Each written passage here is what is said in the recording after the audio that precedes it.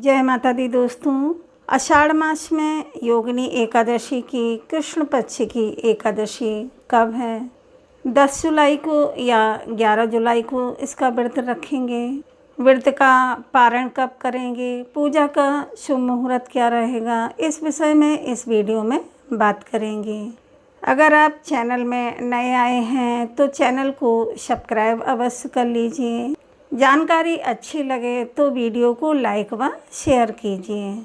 दोस्तों, योगिनी एकादशी आषाढ़ मास की कृष्ण पक्ष की एकादशी योगिनी एकादशी कहलाती है और शास्त्रों के अनुसार जो मनुष्य इस व्रत को धारण करते हैं और भगवान श्री हरि विष्णु की विधि विधान से पूजा करते हैं, उनके समस्त प्रकार के कायिक वाचिक मानसिक पाप कर्म समाप्त हो जाते हैं और भगवान श्री हरि विष्णु की असीम कृपा की प्राप्ति होती है।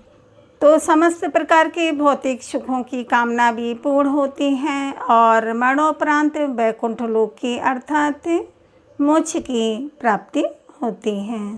तो योगिनी एकादशी बहुत ही महत्वपूर्ण है। अगर आप व्रत करते हैं तब तो अत्यंत ही श्रेष्ठ हैं और जो भक्त व्रत नहीं कर पाते हैं वह भी आज के दिन भगवान श्री हरि विष्णु की विधि विधान से पूजा करें और अपने आचार विचार और व्यवहार शुद्ध रखते हैं तो भगवान श्री हरि विष्णु की असीम कृपा की प्राप्ति होती है और उन्हें भी अवश्य भगवान विष्णु की कृपा की प्राप्ति होती है।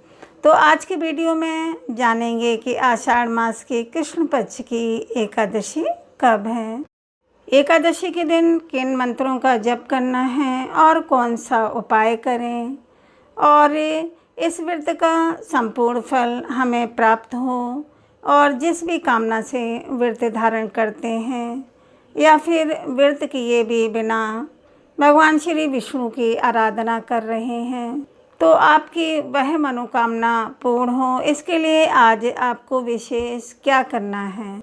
इस बार की एकादशी तिथि को लेकर और व्रत को लेकर बहुत अधिक संशय हैं। कारण यह है कि इस बार एकादशी तिथि की 6 है।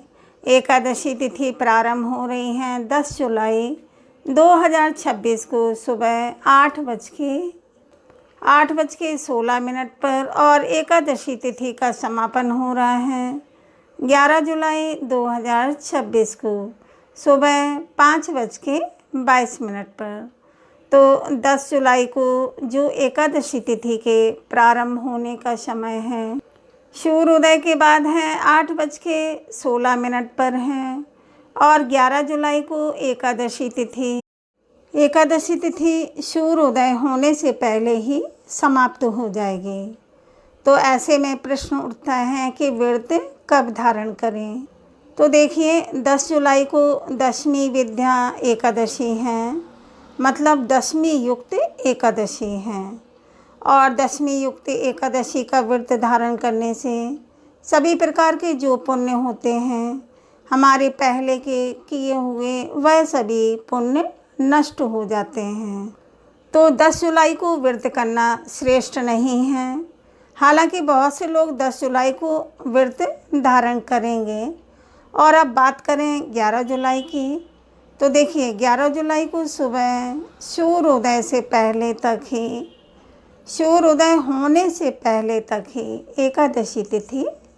एकादशी तिथि रहेगी। उसके बाद द्वादशी लग जाएगी और शास्त्रों के अनुसार अगर ब्रह्म मुहूर्त में एकादशी की तिथि हो और सूर्योदय के बाद द्वादशी लग जाती है तो भी इस एकादशी को करना श्रेष्ठ है, बजाय इसके कि आप दशमी युक्त एकादशी का व्रत धारण करें।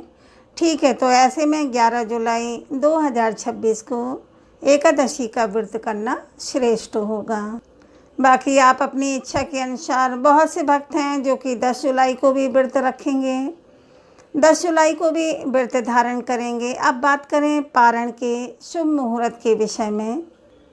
अगर आप 10 जुलाई को एकादशी का व्रत रख रहे हैं तो आपके लिए पारण का शुभ मुहूर्त होगा 11 जुलाई को दोपहर 1:50 से शाम को 4:36 के बीच में, क्योंकि हरिवासर की समाप्ति के बाद ही व्रत का पारण करते हैं। और हरिवासर की समाप्ति का समय है सुबह 10:32 पर। और अगर आप 11 जुलाई को व्रत धारण करते हैं तो आपके लिए पारण करने का शुभ मुहूर्त होगा 12 जुलाई 2026 को सुबह 5:25 से सुबह 8:18 तक। 12 जुलाई को द्वादशी तिथि सूर्योदय से पहले ही समाप्त हो जाएगी। द्वादशी तिथि के समापन का समय है 12 जुलाई 2026 को सुबह 2:04 पर। तो पारण के शुभ मुहूर्त का ध्यान रखिए, क्योंकि अगर हम व्रत का पारण सही समय पर नहीं करते हैं तो हमारे किए गए व्रत का संपूर्ण फल हमें नहीं मिलता है। उम्मीद करती हूँ आपको यह जानकारी अच्छी लगी होगी। अच्छी लगी हो जानकारी तो वीडियो को लाइक व शेयर कीजिए। चैनल पर पहली बार आए हैं तो सब्सक्राइब कर लीजिए। सब्सक्राइब करके बेल आइकन को ज़रूर प्रेस कर लीजिएगा। अब मिलते हैं दोस्तों अगले वीडियो में, तब तक के लिए राधे राधे।